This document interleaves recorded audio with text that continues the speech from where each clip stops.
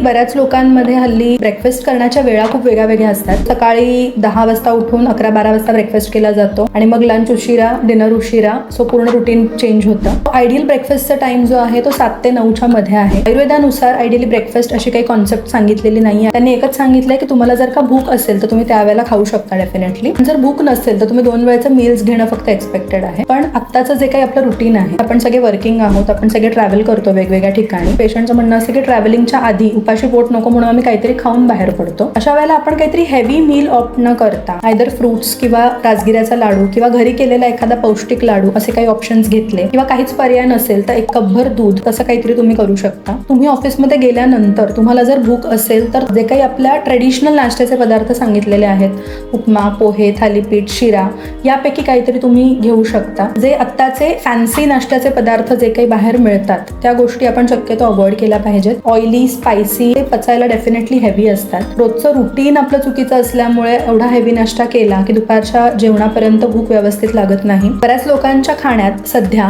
Protein rich नाश्ता म्हणजे either स्प्राउट्सचं salad लोक खातात किंवा ब्रेड बटर, नुसता चहा ब्रेड खाण्याची लोकांमध्ये खूप सवय असते. नाश्त्याबरोबर चहा घेण्याची बऱ्याच लोकांची सवय असते. सो हे सगळे जे काही नाश्त्याचे पदार्थ आहेत ते डेफिनेटली एकमेकांना विरुद्ध आहेत आणि रोजच्या रोज मैदा पोटात जाणं अपेक्षित नाहीये. नाश्ता केल्यानंतर तासाभरानंतर तुम्ही चहा घेऊ शकता किंवा नाश्त्याच्या आधी 1 तास तुम्ही चहा घेऊ शकता. सगळ्यात महत्त्वाचं म्हणजे नाश्ता हा अंघोळ झाल्यानंतर केला गेला पाहिजे. बऱ्याच लोकांची अशी सवय असते की उठल्या उठल्या खाऊन घ्यायचं आणि 1-2 तासांनी अंघोळ करायची. अंघोळीच्या नंतर नॅचरली आपली भूक जी आहे ती वाढलेली असते. तो अन्नपचन करण्यासाठी भूक वाढलेली असली तर अन्नपचन चांगलं होऊ शकतं. सो यासाठी आपल्याला नाश्ता जो आहे तो अंघोळीनंतर करायचा.